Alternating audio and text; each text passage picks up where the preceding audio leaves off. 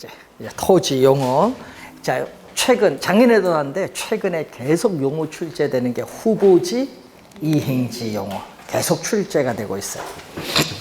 자, 우선은 그 토지가 실제로 이용되고 있는 용도에 따라 우리가 크게 분류를 하죠. 자, 크게 분류를 할 때 뭘로 분류하죠? 거기 보면 택지, 지역, 택지 지역, 농지 지역, 임지 지역. 자, 이때 여러분이 택지나 농지나 임지는 다 감정평가상의 용어인데 이 임지 지역 지목이요, 임야 알죠? 산.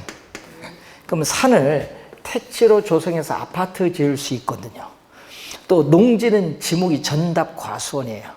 그러면 전답 등을 또 수용해서 아파트 지을 수 있거든요. 이때는 용도적 지역에 전환이란 말 쓰거든요. 그래서 임지지역, 농지지역, 택지지역 이 상호 간에 전환 중에 있는 지역의 토지를 뭐라고 한다? 후보지. 이 개념 진짜 많이 출제해요. 자, 그래서 후보지 개념은 단골이라는 걸 꼭 명심해야 됩니다. 작년에도요, 후보지 이행지를 구분할 수 있느냐, 이거 출제했거든요. 하여튼 올해도 중요하다. 자, 올해도 후보지와 이행지 개념 뭐하다? 중요하다. 자, 이행지는요, 하여튼, 이 택지 지역 내 하면은 뭐가 돼? 여러분, 택지 지역 내 하면은 세분화된 거죠. 그럼 예를 들어서 주택, 지역, 상업, 지역, 공업적인데, 자, 여러분, 공장 가동률이 경기 침체로 저하돼서 공장을 철거해서 대규모 아파트 단지를 짓는다. 할 수 있죠? 예? 그럼 이것은 이행지야. 예, 택지 지역 뭐다? 내. 택지 지역 내. 이거 세분화시켰다는 얘기죠? 세분화시킨 걸 뭐죠? 소분류라고 하죠. 그래서 항상 이행지는 꼭 이 지문이 떠요. 작년에도 떴거든요. 내가 뜨면 뭐다? 이행지게. 그래서 동일 용도적 지역 내 이 소분류 상호 간의 용도가 변경 중에 있는 토지를 이행지라고 한다. 자, 꼭 요 내가 들어갑니다. 이행지는. 그러면 농지 지역 내 하면 뭐죠? 전은 뭐예요? 전은 다시고 답은 논이고 과수원 있겠지. 그러면 여러분 과수원이 뭐 전으로 바뀐다. 이것도 이행지. 자, 후보지, 이행지 개념 좀 주의를 좀 해두시고요. 자, 권리관계에 따른 분류에서 또 요즘 용어가 어렵다 보니까 또 시험 문제에 최근에 또 많이 출제가 되는 용어가 뭐죠? 포락지, 또 빈지. 이 두 용어는 최근에 많이 출제되고 있다. 포락지는요, 물이 들어갑니다. 물 숫자가 들어가서. 자, 그래서 지적, 우리가 공부상에 있는 토지가 강물이나 냉물, 이 물에 의해서 흘러가면서 침식을 당해요. 그래서 수면 밑으로 잠긴 토지입니다. 즉, 개인의 사유토지인 전답 등이 강물이나 냉물에 침식을 당해서 집안이 절토되면서 하천으로 변한 토지를 포락지라고 해요. 포락지. 이것도 최근에 시험에 잘 나오고 있습니다. 작년에 또 출제했죠. 빈지도 최근에 4번 중에 또 3번 출제했어요. 빈지는 바닷가라고 해요. 자, 시험 문제 주의를 해야 될 것은 바다와 육지 사이에 해변에 있는 토지다 이렇게 생각하면 돼. 바닷가니까 해변에 있는 토지인데, 자, 주의해야 될 것은 법적으로는 소유권은 인정되지 않는다. 이거 주의하겠죠. 법적으로는 소유권이 인정되지 않아요. 바닷가에 있는 해변 토지는. 그렇지만 실제 이용함으로써 얻는 실익은 있는 토지예요. 그래서 뭐가 되죠? 우리 만조 수의선으로부터 지적공부에 등록된 지역, 요 사이에 있는 토지가 바로 뭐가 되냐? 빈지야. 예, 여러분, 간조 수의선과 만조 수의선에 있는 땅이 갯벌인데, 이 갯벌은 빈지가 아니에요. 요거는 간석지. 갯벌은 간석지. 요 밑에가 뭐다? 요 밑에 있는 부분이 바다. 자, 이 빈지와 반대되는 개념이 법지죠. 법지는 반대되니까 법적으로는 소유권은 인정되지만 소유, 본래의 목적으로는 이용실익이 없거나 거의 적은 토지를 말해요. 자, 법지는 자, 여기에 토지거든요. 빗금친 부분이 토지인데 자, 여기 주택이 또 있고 주택이 있는데 경사진 토지는 붕괴할 수도 있기 때문에 붕괴를 막기 위해서 뭐를 설치하죠? 우리는 축대를 설치를 하겠죠. 이때 이 택지, 수평 투영 면상의 택지의 유효지 표면 경계와 이 인접된 토지의 이 경사진 토지 부분을 뭐라고 하죠? 법지. 그래서 소유권은 인정되지만 이용 실익은 없어요. 소유권은 인정되니까 측량 면적에는 포함되지만은 여러분이 이 경사진 이 부분에 있는 토지를 법지라고 한다. 자, 법지는 24회에 한 번 나왔고요. 최근 시험은 빈지와 포락지를 많이 출제하고 있다. 자, 그리고 작년, 재작년 또 2년 연속 나온 게 또 용어가 좀 어렵죠. 2년 연속 나온 게 뭐죠? 소지. 작년, 재작년 30회 시험은 정답으로 출제를 했어요. 그래서 작년, 재작년 또 2년 연속 나오고 있습니다. 건축할 수 있는 토지인 택지 등으로 개발되기 전 자연 있는 그래로의 토지를 뭐라고 한다? 소지, 논밭, 임야 등을 얘기하겠죠. 자, 공한지는 투기 목적이에요. 공한지도 택지인데 건물을 안 짓는다. 예? 그래서 집가 상승을 기대하는 토지의 투기 목적으로 보유하기 때문에 장기간에 걸쳐 방치하는 토지를 뭐라고 하죠? 공한지라고 해요. 자, 선하지는 고합선 아래에 있는 토지인데 그래서 여러분이 인체에 많은 영향을 주기 때문에 가치가 하락을 해요. 감가가 발생해요. 그래서 토지 이용이나 거래 시에 제한이 많은 토지입니다. 선하지. 감가가 발생합니다. 자, 여러분 휴한지는 농지 등에 있어서 지력, 회복 등을 목적으로 정상적으로 쉬게 하는 토지를 뭐라고 하죠? 휴한지. 네.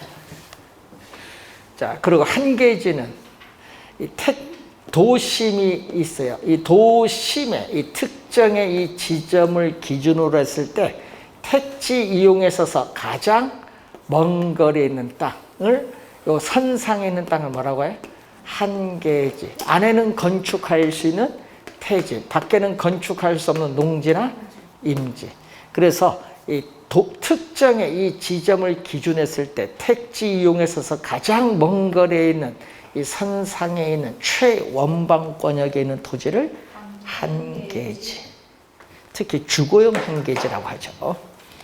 자, 한계지 개념이 있고, 자, 그리고 여러분이 17회 시험과 19회 시험 두 번 출제를 했는데, 요거는 지목은요, 여러분, 요건 공시법에서 배우는 겁니다. 그래서 우리 개론에서는 유지, 국어, 요 개념 좀 어려워서 자주 출제하는데, 나중에 여러분 요건 공시법에서 좀 배우시면 되는 것 같고, 또 건축법상 주택에 분류해서 단독주택에 있어서 다중주택과 우리는 다가구 주택은 단독이에요. 근데 다세대 연립 아파트는 공동주택이라는 거.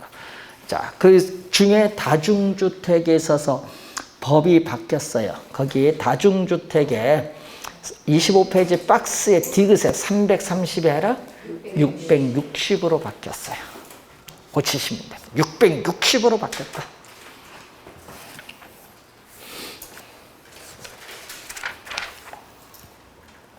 이거는 공법에서 이제 배우시면 되는 거고요. 자, 단독주택인 다가구나 다중은 3계층 이하의 주택을 말하죠. 네. 연립주택이나 다세는 4계층 이하의 주택. 그리고 5계층 이상의 주택은 아파트. 자, 토지의 특성. 또 이제 매년 한 문제 출제될 문제로 갑니다. 자, 토지의 특성도 매년 한 문제 나오는데, 토지가 자연적으로 주어져 있는 물건 그 자체, 본래적, 원초적으로 가지고 있는 특성인데, 여기에는 우선 시험 문제 작년에 4개를 다 물었죠. 박스 안에 4개를 놓고 옳은 걸 찾아내라. 올해도 또 박스로 출제될 가능성이 높습니다. 부동성. 자, 토지는 위치가 고정되어 움직일 동 인간의 힘으로 이동시킬 수 없다. 인간의 힘으로 이동시킬 수 없다. 그래서 뭐죠? 비이동성이라고 하죠. 비이동성. 이동할 수 없다. 자, 여러분 부동산은 이동할 수 없고 동산, 움직이는 물건은 이동할 수 있으니까 부동산과 동산을 구별하는 근거가 돼요. 그래서 법률적 측면에서 부동산은 등기, 동산은 점유, 공시 방법을 달리 해주는 근거가 됩니다. 자, 우선 시험에 이제 많이 나오는 것은 부동산 활동 및 부동산 형상을 뭐한다? 국지화시킨다. 여러분 국지화라는 용어 단골이죠. 토지가 속해 있는 지역 범위 내로 뭐한다? 국한되잖아요. 국한되기 때문에 이 부동산 가치에 전반적인 영향을 미치는 지역 요인에 대한 뭐가 필요하다? 분석이 필요하다. 지역 분석이 필요하다. 그래서 여러분이 우리 지역 분석, 개별 분석 볼 때 부동산에 속한 그 지역의 특성이 뭐냐? 지역 특성. 어떤 지역이 다른 지역과 구별이 되는 특징이 뭐냐 얘기죠. 예? 자, 여러분 광명의 특징은 뭐예요? 도시 특징. 잘 안 나오잖아요.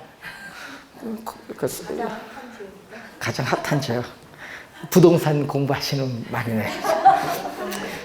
뭐 호수의 도시 이런 게 있잖아요. 호수의 도시 하니까 어디? 예? 일산. 거기 들어가면 꽃과 호수의 도시 이렇게 딱 붙어 있어. 그런 게 있잖아요. 뭐 교육의 도시, 문화의 도시, 관광의 도시 이런 뭐가 있어야 돼. 그 지역을 특징 짓는 거. 예? 핫한 도시 맞긴 맞네요.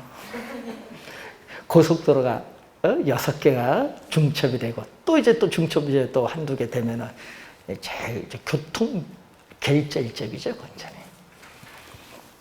자, 요 두 개 좀 주의하고 또 시험에 많이 나오는 게 있어요. 외부 효과. 부동산은 위치가 고정되어 있기 때문에 그 부동산을 둘러싼 외부 환경 조건의 영향을 받아서 부동산 가치가 상승할 수도 있고 하락할 수도 있죠. 여러분 생태공원이 조성되면 부동산 가치가 상승하는 정의 외부 효과, 쓰레기 매립장이 들어서는 부동산 가치가 하락하는 부의외부 효과, 외부 효과를 발생시켜요. 외부 효과라는 용어가 나오면 부동성. 주의 좀 해두시고 또 우리 작년에 출제를 했는데 여러분 부동산은 위치가 고정됐기 때문에 각종 자료를 수입해서 분석하는 정보 활동도 중요하지만은 부동산이 위치는 현장에 가서 위치, 면적, 지목, 용도 이런 걸 다 확인을 해야 돼요. 이걸 뭐죠? 임장. 작년에 요거 출제했어요. 임장 활동. 부동성으로 인해서 임장 활동의 필요성이 나타난다? 맞는 지문이죠. 임장 활동 작년에 출제했어요. 임장 활동은 부동성이다. 근데 작년에 이 신청한 걸 보니까요. 또 어떤 교재에 개별성으로 나왔는가 봐. 이게. 예? 근데 그건 안 통하고 주 원칙이 뭐냐 이거지. 주 관련된 거. 예? 위치가 고정 이동하지 못하니까 현장에 가서 확인해야지. 예? 자, 그리고 중앙정부나 지방자치단체의 제도적 규제, 규리 대상이 되기가 쉽기 때문에 토지관계 법규가 복잡합니다. 그리고 또 우리 지방자치단체 운영을 위한 이 조세 수입의 근거가 돼요. 지방세 부과를 하니까. 또 부동산의 유통기구로서 부동산 중개업을 제도하는 근거가 되고 또 첫째도 위치, 둘째도 위치하잖아요. 이 입지 선정의 중요성이 나타나고 토지 가격을 위치에 따른 가격화를 만들게 됩니다. 자, 요 지문이 제일 좀 많이 나오니까 좀 확인 좀 해두시고 두 번째는 뭐죠? 부증성. 자, 토지에 노동과 같은 생산 비용을 투입을 해도 자연적으로 주어진 토지량은 결코 증가시킬 수 없다. 증가시킬 수 없어요. 이걸 뭐라고 하냐면 비생산성. 비생산성. 면적의 유한성. 면적의 유한성. 자, 여러분 비생산성인데 엄격한 의미의 토지의 생산 공급은 안 돼요. 그래서 생산비 법칙이 적용되지 않는다. 자, 여러분 일반 공장은 생산비를 투입을 하면 생산량이 늘어나기 때문에 생산비 법칙이 적용되는데 여긴 적용되지 않아요. 생산 공급이 안 되니까 뭐가 된다? 우리는 부동산 공급이 보유 공급, 용도 변경의 공급이 되게 하는데, 보유 공급은 보유하다가 팔려고 시장에 내놓는 거. 자, 여러분이 임야를 택지 조성해서 공급을 늘려줄 수 있죠. 이건 용도 변경 전환에 따른 공급이에요. 자, 그리고 이 면적이 유한하죠. 유한하다 보니까 어떻게 돼요? 우리는 토지에 대한 뭐 독점, 유한하다 보니까 무한히 존재하는 것이 아니라 독점에 따르는 소유욕을 증가시키고, 또 토지를 소유하고자 하는 욕망은 무한한데 그 무한한 욕망을 충족시켜줄 토지 자원은 한정되는 게 희소성인데, 시간이 경과함에 따라 희소성은 계속 가중되죠. 토지는 유한한데 계속 수요는 증가하니까. 자, 그리고 또 요즘 뉴스에서 많이 나오는 토지 공개념. 예? 토지의 공익을 강조하죠. 공익성을 강조하는 토지 공개념에 또 근거가 되고, 또 토지 이용에 있어서의 뭐죠? 최유효 이용에 있어서의 또 근거가 되죠. 면적이 유한하기 때문에 이런 형상이 나타나죠. 그래서 여러분이 인구는 계속 도시로 집중이 되고 있어요. 그런데 도시, 토지에 대한 수요는 계속 증가지만은 임야를 택지 조성 공급에는 한계 있죠. 택지 공급 능력의 한계로 인해서 도시 토지인 택지는 점점 뭐 한다? 부족해지는 문제를 야기시켜요. 도시 토지인 택지가 부족을 하다 보니까 누가 도시 토지를 이용하고자 하는 누구의 경제? 공급자가 아니라 수요자. 도시 토지를 이용하고자 하는 수요자 간의 경쟁에서 지가는 계속적으로 상승하죠. 지가가 급격히 상승하는 현상이 나타나면서 건물이, 도시에서 건물이 점점 고층화된다. 고층화되는 것을 집약화. 작년에도 나왔어. 집약화 작년쯤에 떴거든요. 그럼 뭐가 걸린다? 부증성. 여러분 시험 문제에 많이 나오거든요. 29회도 또 집약화로 또 출제했어요. 31회도 냈죠. 29회도 집약화 냈죠. 25회도 냈죠. 하여튼 시험 문제 집약화가 나오면은 건물이 고층화된다. 부증성이다. 뭐가 아니다. 농촌에서의 토지 이용을 나타내는 조방화가 아니다. 집약화를 촉진시켜요. 하여튼 집약화라는 용어가 나오면은 뭐다? 부증성이다. 자, 토지에 있어서 지구가 태초에서 자연적으로 주어진 지표의 총량을 뭐라고 하죠? 물리적 공급. 뭐에서 나타나? 토지의 부증성에서 나타나죠. 자, 그래서 우리는 토지에 있어서의 가격, 지가, 공급량인데 자연적으로 주어진 토지량은 이렇게 고정돼서 아무런 변화가 없다. 이게 물리적 공급이죠. 자, 수직선이 떴다. 수직선 때문에 완전 비탄력적입니다. 자, 완전 비탄력적인 공급 곡선을 가져요. 이것 때 수직선이죠.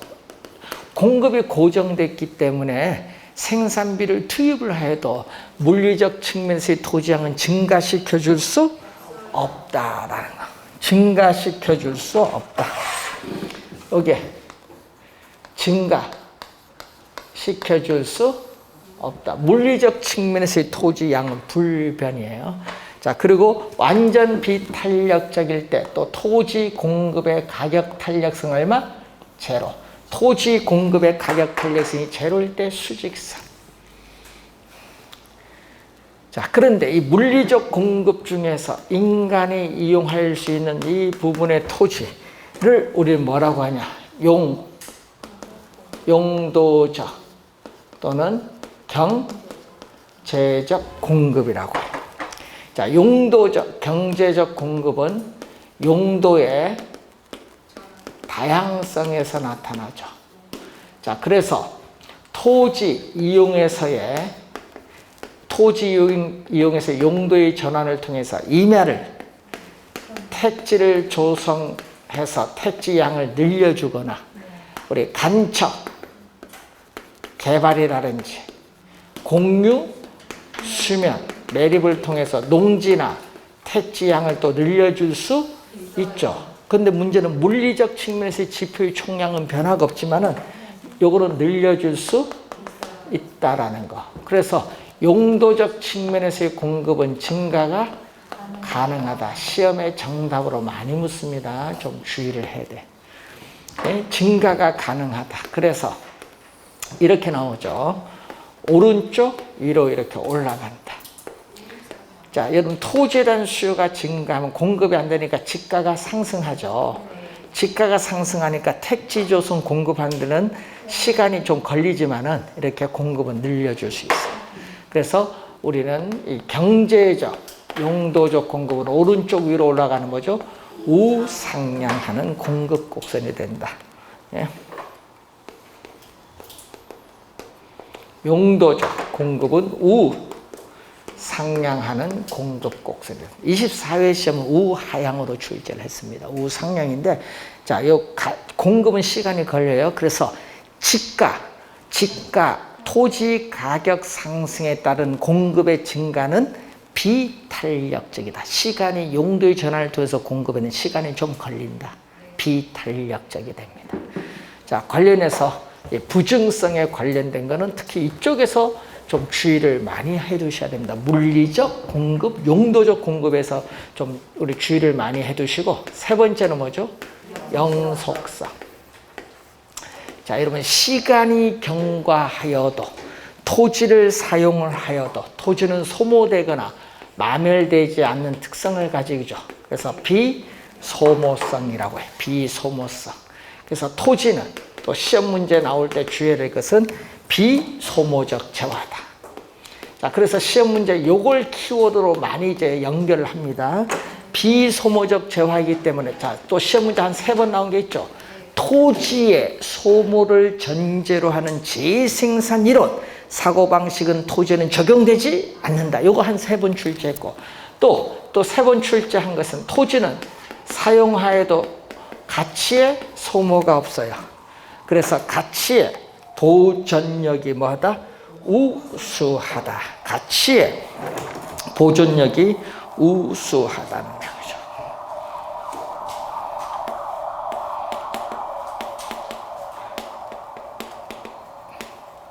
가치의 보존력이 우수하기 때문에 가치를 보존하기 위해서 부동산 관리의, 자, 여러분 26회와 또 30회 시험에 또 출제했거든요. 부동산 관리의를 높게 한다. 이 지문 26회, 30회 시험에 나왔어요. 영속성입니다.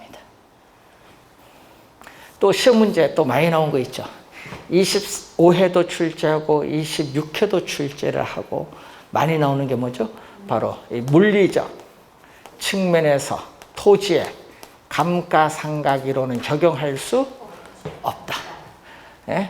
자, 그런데 뭐죠? 우리는 토지가 속해 있는 지역이 쇠퇴를 해요. 지역이 쇠퇴해서 부동산 가치가 하락할 수 있죠. 예, 경제적으로 부동산 가치는 하락할 수 있죠. 뭐 폐강이 된다든지 이런 것은 경제적 감가는 뭐다? 가능하다. 자, 여러분 물리적 감가는 안 되거든요. 물리적 감가가 안 되면 뭐다? 우리는 투자한 자본을 회수할 필요가 없어요. 토지에 대해서. 그래서 뭐를 적용한다? 우리는 수익환원법에서 직접환원법, 직접법이라고 하죠. 수익환원법에 있어서 직접환원법을 적용을 하죠. 직접환원법의 근거가 되는데 뭐죠? 토지 가격은 토지로부터 장래에 산출할 것으로 기대되는 순수익을 환원, 이율로 환원해서 바로 우리 구한다. 감가가 안 돼서 자본 회수가 안 되기 때문에 요거죠. 토지로부터 얻는 순수익은 뭐? 영속적이다. 자, 그래서 토지로부터 얻는 수익은 뭐가 돼요? 소모되지 않으니까 뭘로? 영속적이다 보니까 직접 환원법의 근거가 된다. 자, 또 시험에 또 많이 나온 거, 또 감가가 안 돼요. 물리적 측면에서 감가가 안 되기 때문에 재생산이 불가능한 토지는 원가 방식을 적용할 수 없다. 원가 방식 적용할 수 있다 없다? 없다. 작년에 관련해서 이런 것도 많이 내요. 자, 여러분 작년 시험에 이렇게 내거든요. 영속성으로 인해서 감가상각의 필요성에 근거가 된다? 틀렸죠? 감가 안 되잖아요. 작년에 틀린 점이냐 그게. 지문상에 우리 평가로 연결시켰어요. 재생산이 불가능한 토지는 원가법 적용할 수 없죠? 원가 방식 적용이 안 돼요. 자, 그래서 또 시험 문제에 25회 시험, 25회 시험, 30회 시험에 나온 게 있죠. 부동산 활동 시에 뭐가 필요하다? 수익이 영속적이니까 장기적인 배려가 필요하다. 자, 16회 시험, 우리가 16회 시험, 26회 시험, 30회 시험에 나온 게 이거죠. 토지에 장기 투자를 하면은 어떤 게 있다? 토지에 장기 투자하면은 토지 보유 기간 동안 지대 수입인 소득이득, 토지 가격 상승에 따른 처분 시의 자본 이득을 향후 누릴 수 있다, 얻을 수 있는 장점이 있어요. 예?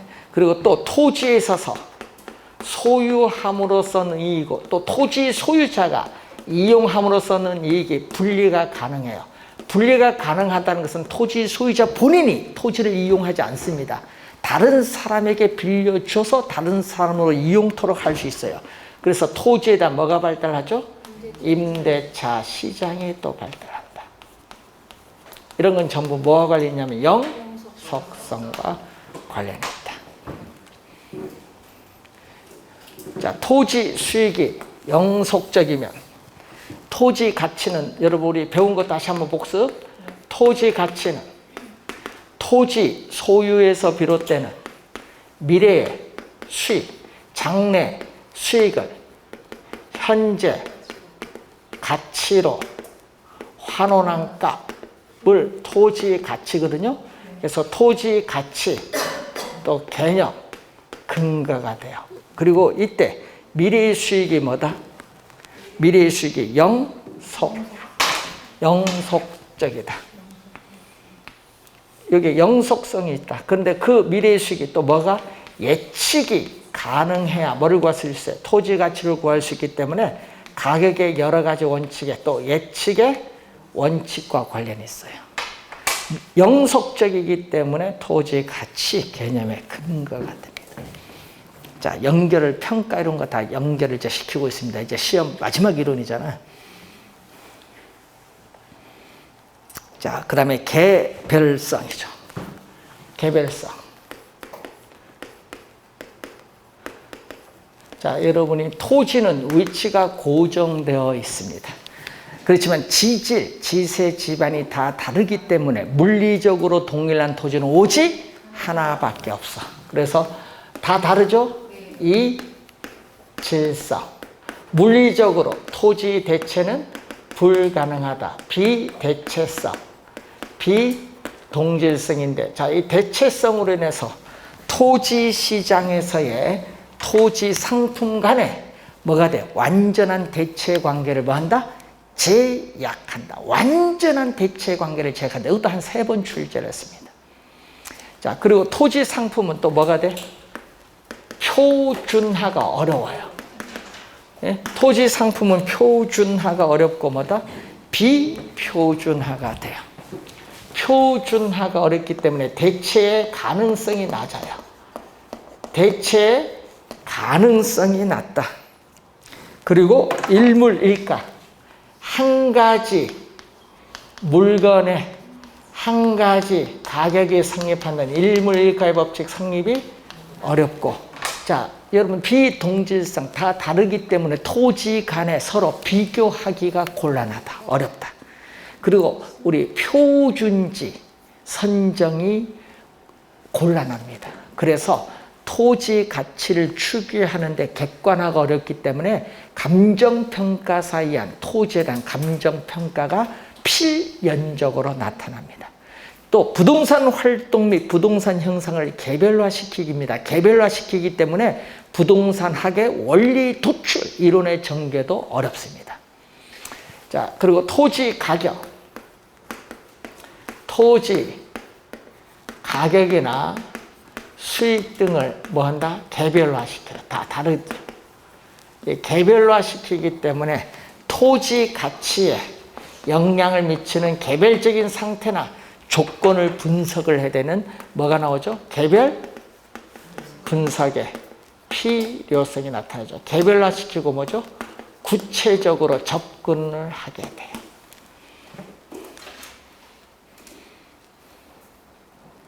또 하나하나, 여러분 시장에서 또 배우죠? 하나하나 개개의 부동산을 뭐죠? 독점화시켜요. 공급면에서. 근데 우리 시험에는 또 비독점 나온 적도 한 번 있죠. 독점화 나오고, 또 거래세 정보를 뭐 한다? 거래소세 정보를 비공개하죠. 거래 내용 사실을 공개하기를 꺼려요. 비공개. 이런 건 다 뭐가 관련이냐면은 개별성과 관련있습니다.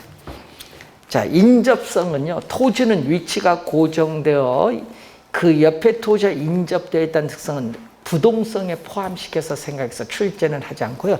요 네 가지 출제합니다. 올해 시험도 요 네 가지를 출제 예상이 되고 있다. 또 박스를 이용한 문제 출제하니까 좀 주의해 두시고, 자, 28페이지 가시면은 인문적 특성. 자, 자연적으로 주어진 토지에 누가 개입된다? 인간. 이 자연적으로 주어진 토지에 인간이 개입돼요. 그래서 토지와 인간의 관계에 있어서 인간이 토지에 인위적으로 부여해준 특성을 뭐라고 하냐면은 인문적 특성인데, 이 인문적 특성은 토지가 가지는 자연적 특성의 제약을 완화해 주는데, 시험 문제 인문적은 이게 제일 많이 나오죠. 용도의 다양성. 주어진 토지에 다양한 용도를 제공해 줄 수 있는 특성인데, 이 다양한 용도 중에서 어떤 용도를 이용할 때 최대의 수익을 얻을 수 있느냐. 그래서 항상 시험에는 이 지문이 출제하는 거죠.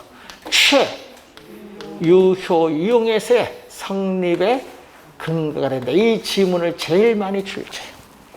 자, 그리고 토지 이용에서의 후보지에서의 용도의 전환, 이행지에서의 용도의 이행을 가능케 하고, 또 주어진 부지에 어떠한 용도가 적합한가, 적지론의 근거가 되기도 하고, 또 용도에 따라 가격이 달라지기 때문에 가격 다원설의 논리적 근거도 제시를 해줘요. 자, 이 용도의 다양성을 지원해주고 최유효용을 간접적으로 지원해주는 게 바로 우리는 합병 분할의 가능성. 자, 여러분 토지 이용 주체의 목적이나 용도에 따라 토지를 자유로이 합병할 수도 있고 분할할 수 있는 특성이에요. 근데 합병 분할을 하면 정상적인 토지 가격에 비해서 가치가 변해요. 증가할 수도 있고 감소할 수도 있어요. 합병 분할을 전제로 한 가격을 우리 전문용어로 한정 가격인데, 한정 가격이 존재를 하게 됩니다. 합병 분할하면 가치가 오를 수도 있고 내릴 수도 있습니다. 증감가가 발생하는 거예요. 자, 토지는 지리적 위치가 고정되어 있을지라도 토지를 둘러싼 사회적 환경 요인, 이 경제적 환경 요인, 행정적 환경 요인이 변하면 토지의 가치가 뭐 할 수 있다? 달라질 수 있죠. 이걸 뭐죠? 사회적, 경제적, 행정적 위치의 가변성인데, 요즘에 보시면요, 우리 사회적 환경 요인 변화 중에 가장 요즘 보면은 어떤 지역에 대규모 생태공원이 조성된다, 학교가 이전한다, 예?